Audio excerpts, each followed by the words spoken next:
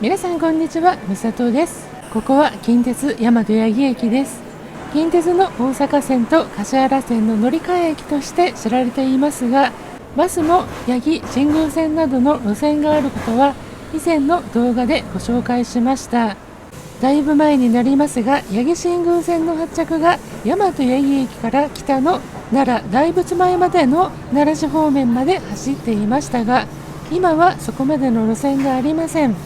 営業所のエリア図を見ても、大和八木から橿原線の筒井駅まではどの営業所エリアにもなっていません。ですが、奈良交通の葛城営業所の路線図を見ていると、大和八木から何度か乗り換えで奈良駅までたどり着けることが分かりました。今回はその大和八木から奈良駅まで近鉄も JR も使わずにバスだけで行ってみます。最初に乗るバスは1番乗り場から下市口駅行きに乗ります。今乗るのは51系統の下市口駅行き、11時15分の発車です。大和八木駅南口から橿原神宮前駅東口まで乗ります。奈良市はここから北になりますが、逆方向に南下します。時間が近づいてバスが来ました。バス停を通り過ぎましたが、バックで戻りました。通り過ぎたわけではなく、スムーズに乗り場に入る場所に車が駐車していたので、こうなった模様。バスの運転手さんの苦労が伺えます。バスは私、詳しくはないのですが、やや小さめサイズのバスでした。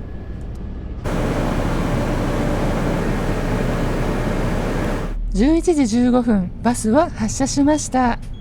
これから奈良駅までちょっと長くなる路線バス乗り継ぎの旅です。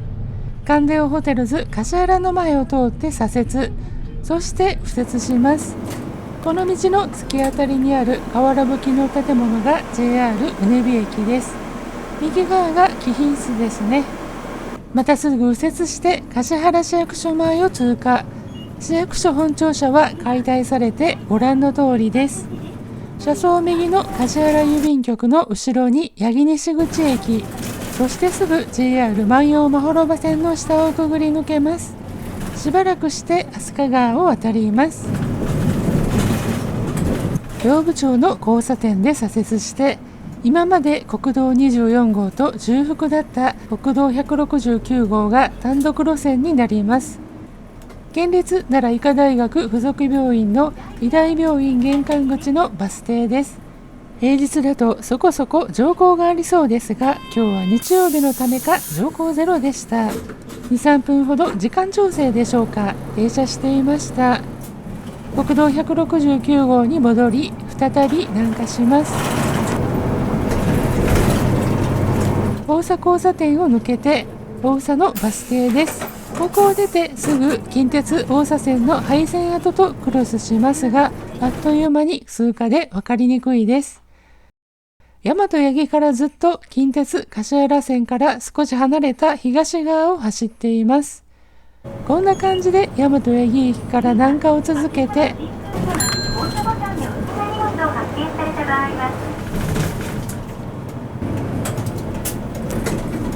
橿原神宮前東口バス停に到着、下車します。ありがとうございました。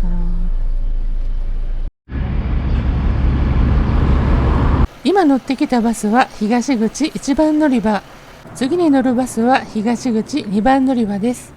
もう人がいっぱいいますね。バス停北には歴代天皇陛下も宿泊されたホテルがあり、近くには橿原神宮前駅の大車振会場があります。乗車するのは16系統の飛鳥駅行き、飛鳥周遊バスの赤亀と呼ばれているバスです。11時51分発に乗ります。だいぶ前は飛鳥方面へはここから越舞台まででしたが、飛鳥駅まで周遊バスになったようです。いつの間にか行列が伸びていました。藤原旧型と飛鳥が世界遺産に登録される見通しとニュースになったので、お客さんが増えたのかもしれません。亀バスが来ました。さっきと同じくらいの小さめのバスだと乗れないかもと心配しましたが、そこそこの大きさのバスでした。この先結構狭い道もありそうで小さいバスかと思っていました。でも立ち客でいっぱいで通勤ラッシュ並みです。すし詰めになりながらバスは発車しました。住宅団地の狭い道を走り、対向車との行き違いも大変だったりします。橿原神宮前駅から東へ走っていましたが、飛鳥川に行き当たり右折。しばらく走って天ヶの丘。登ると見晴らしのいいところなのですが、誰もおりません。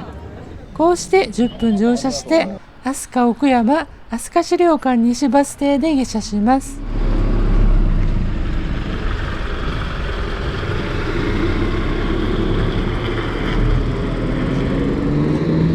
このバス停はこんな感じです。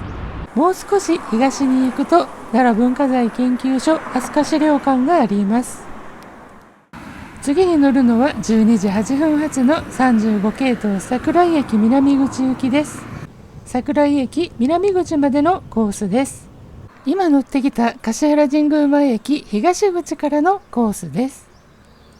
乗り換え時間が7分なのでちょっと心配していましたが、次のバスがほどなくやってきて乗り継げました。こちらは一番小さなサイズのバスですよね。乗車して出発です。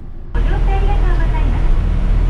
35系統ラフィック安倍校舎安倍門中口経由桜井駅南口行きです。この道を行くと石舞台方面です。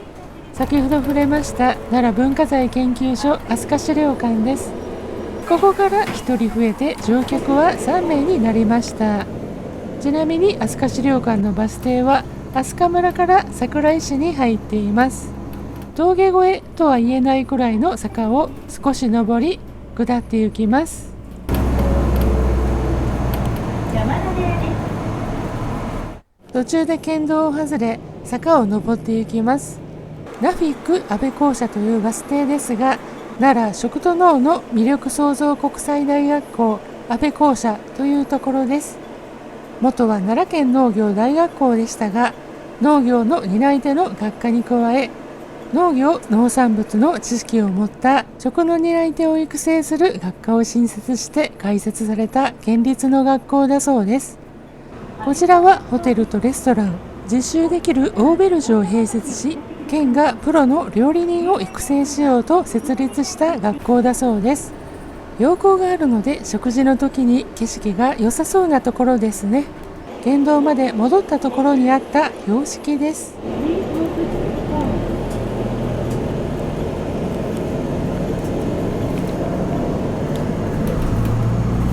あとは桜井市中心部へ向かって下りです。途中で県道を離れて一本東寄りの道に入ります。安倍文殊院のバス停です。3人よれば文殊の知恵の文殊菩薩がご本尊の寺院です。1人下車して2人乗車、参拝のお客さんでしょうか。済生会中和病院の裏手を走り、は地域の皆様、来訪者の皆様の大切な移動手段として行政のご支援を得て運行しております。皆様の積極的なご利用がこの路線の確保につながります。今後もバスをご利用ください。行政の支援を受けながら運行しているバスというのが分かりました。バスのサイズといい、路線の維持に苦労しているのが伺えます。この角を曲がると、あとはまっすぐ行けば桜井駅の南口に出ます。こうして桜井駅南口に到着。先ほどの放送にもありましたが、路線の維持に厳しいこの系統。運転本数を見たら平日は3本のみ、同日祝日は7本と増えています。安倍文殊院やオーベルジュ、飛鳥観光でも頑張ってほしいですね。次のバスは駅の北側から出発なので、桜井駅の南北自由通路を通ります。南側の JR 桜井駅です。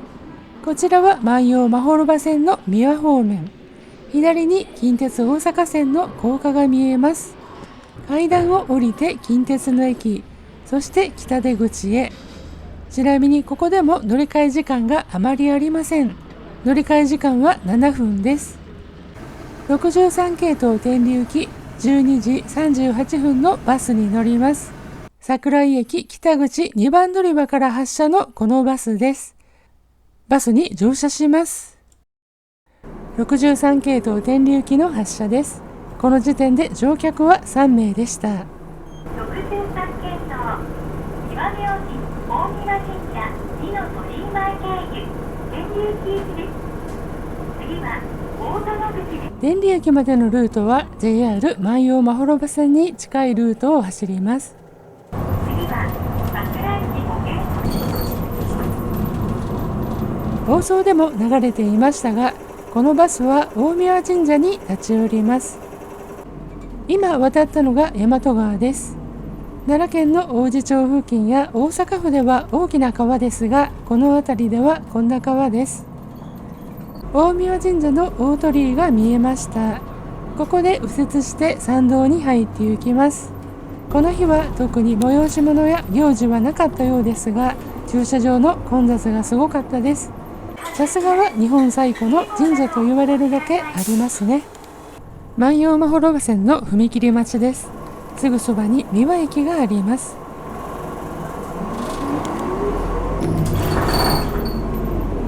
宮明神大宮神社二の鳥居バス停です。ちなみに桜井から天竜行きのバスで大宮神社に立ち寄るのは土曜日日祝日ですが、混雑の激しい日は立ち寄らない設定になっています。参拝していませんが、三輪さんにお参りした気になりました。この三輪駅の改札口は降車専用で繁忙期のみ使われるようです。そうめん流していただける三輪そうめんのお店がありました。お昼時でお客さんでいっぱいでした。こうして見てるだけでも三輪さんに来た気がします。そしてバスは天理駅への道。この道は国道169号線なんですが戻りました。国道沿いに洒落たお店がありましたが、手延べ高田屋というそうめんのお店だそうです。他にもそうめんの工場が点在していました。さすが桜井市はそうめん発祥の地ですね。ちなみにこの道はそこそこ混む印象です。奈良盆地の東で南北を結ぶ国道なので車が集中しやすいのかもしれません。この近くに箸墓古墳があります。この木がこんもりとしたところですね。卑弥呼の庭古墳 P とありますが、箸墓古墳は卑弥呼の墓とも言われています。しばらくすると陸橋を登ります。万葉まほろば線が下に見えました。牧向駅付近になります。相撲神社口というバス停。相撲神社までは徒歩18分と出ています。国内で初めてのみの宿根と大魔の気早による伝覧試合が行われた場所です。のみの宿根は桜井市出雲地区の出身とも言われており、大魔の気早はこの場所から西の奈良県葛城市の大魔寺参道に大魔の気早塚があります。こちらはその近くにある相撲館。ちなみに桜井から天理へは日本最古の道の山辺の道があります。バスは山辺の道よりももう少し西寄りの国道を走っていますが、若干奈良盆地より少し高いところを走っているのがわかります。盆地を遠くまで見渡せています。柳本のバス停、ここは天理市内になります。上南下バス停、近くに黒塚古墳があります。33年の三角淵真珠鏡が発掘されたことで知られています。ドラマの鹿男青鬼牛で黒塚古墳が舞台になったその場所です。バスはさらに169号線を天理へと走ります。すると屋根が瓦葺きの大きな建物が目立つようになりました。天理教の建物ですね。真形というバス停付近で天理市の中心部が近づいてきたのがわかります。天理教の建物がいよいよ多くなってきて、尖った屋根の建物は天理市の市役所です。こうして169号線を左折してしばらく走ると天理駅の駅前です。終点天理駅バス停で下車。桜井駅から途中渋滞もあって約50分ほどかかりました。ここからあとは奈良方面バス乗り場。と出ているようにバス1本で行けます。天理駅3番乗り場から発車で、時間を見ると次のバスは13時47分で間もなくですが、お昼ご飯がまだなのでいただいて1本後のバスに乗ります。お昼ご飯は駅の方でいただきましょうか。こちらは近鉄の天理駅、高架の下に行き止まり式のホームがあります。 JR の天理駅は高架の駅です。改札口はこんな感じです。天理駅の駅前は古墳をイメージしたオブジェクトがあるので、古墳と呼ばれているそうです。この日は奈良フリークスマルシェというイベントをやっていました。そしてお昼ご飯はこの天理ステーションストアの中にあるお店に行ってみます。がらんとしていますが、奥にお店が2つ。左は餃子屋さんのお店で、右はこれから入る新華楼新花楼さんという町中華なお店です。メニューです。チャーハンと焼き餃子にしました。いただきます。まずは焼き餃子、皮は厚めでしょうか。美味しい。そしてチャーハン、いかにもパラパラとして焼き飯チャーハンらしいです。これも美味しい。スープも持ってきてくださいました。これはサービスなのかな。ゆったりと美味しくいただきました。ごちそうさまでした。時間は14時10分を過ぎたばかりで、次のバスまで30分近くあります。今までいたのは天理駅の東側でしたが、西側へ行ってみましょう。はい、西側に来ました。この辺りはステーションストアの裏側。そしてここは天理駅の南団体待合所。以前は天理橋の団体列車のお客さんの待合室専用で、普段は締め切られていたと思いますが、団体利用以外の日もフリースペース自習室的に使えるようにリニューアルされたようです。めちゃくちゃいいですね、ここ。そしてここは JR 天理駅の西側の JR と近鉄の間を西に出たところです。駅から少し離れたところにあるのが鯛の正池公園。この公園の中を歩いていくと、もう見えていますが、蒸気機関車がいます。フェンスで囲まれていて、説明板なども何もなかったのですが、屋根の下に保存されています。ピントが合っていませんが、D51 の691号機です。客車の方はオハ61、930とあります。客車の方が少し傷んだ感じに見えました。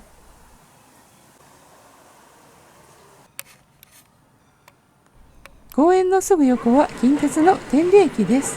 公園の片隅、近鉄電車が発着する横で D51 とオハ61が眠っています。そろそろバスの時間が近づいたので、駅東側に戻りました。3番乗り場でバスを待ちます。もうじき来ますね。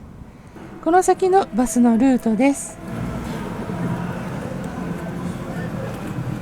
こうして奈良行きのバスが来ました。バスに乗車します。バスは天理駅を発車しました。このバスは憩いの家病院経由となっていますが、この建物が憩いの家病院、またの名を天理よ相談所病院と言います。外観がいかにも天理という雰囲気です。国道1の元です。ここで西名阪自動車道天理インターチェンジの下を抜けます。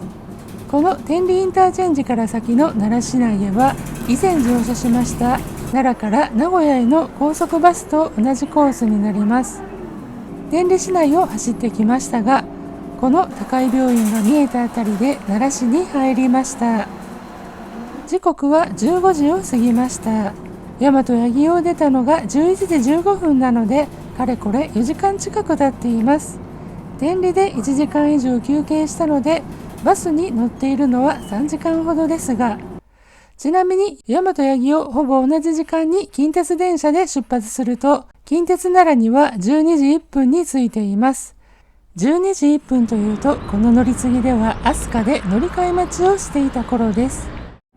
しばらく田んぼが多い風景が続きましたが、スーパー大桑の古市店、古市南バス停付近に飲食店が多いなと思っていたら、にわかに乗車するお客さんが増え出しました。ここ南方町のバス停は南陽まほろば線の京端駅が近いです。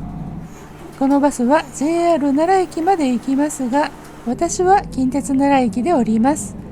近鉄奈良まであともう少しです。市立奈良病院を過ぎると若草山が見えました。この国道169号線は奈良市内でくねくねと2回曲がりますが、これで2回曲がりました。車内が賑やかになったのは修学旅行生たちが乗車したため。何時ぐらい？いや、3時前ぐらいが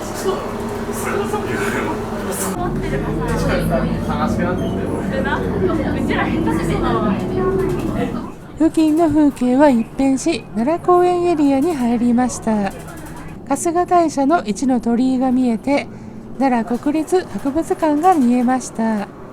奈良公園にたくさんの人出と鹿さんもいますね。ここで左折して奈良公園バスターミナルが見えて、その隣は奈良県庁です。鹿に注意の看板があります。県庁前バス停で外国人観光客の方が乗車。次は近鉄奈良駅です。坂を下って行きます。下り切ったところが近鉄奈良駅です。近鉄奈良駅に到着、バスを降ります。ちなみにここは降車専用で、向こうに乗車専用の近鉄奈良駅バス乗り場があります。ただいま時刻は15時34分。休憩時間を省くと3時間ぐらいバスに乗車していたことになります。素直に近鉄で行くと44分なんですけどね。近鉄電車の運賃は大和八木から近鉄奈良までが530円ですが、バスだとご覧の通りとなります。大和八木から近鉄奈良まで合計するとちょうど2300円でした。運賃で5倍近く、所要時間も 4,5 倍でしょうか。でも鉄道では見ることができなかった車窓の旅ができたと思います。途中には路線の維持が厳しい状況の区間もありました。いつまでもこの乗り継ぎができるとも限りません。お時間にゆとりのある方は、この大和八木から近鉄奈良のバス乗り継ぎをされてみてはいかがでしょうか。それでは今回の動画はここまでにさせていただきます。今回も最後までご視聴いただき誠にありがとうございました。チャンネル登録をどうぞよろしくお願いいたします。評価の方もしていただけると嬉しいです。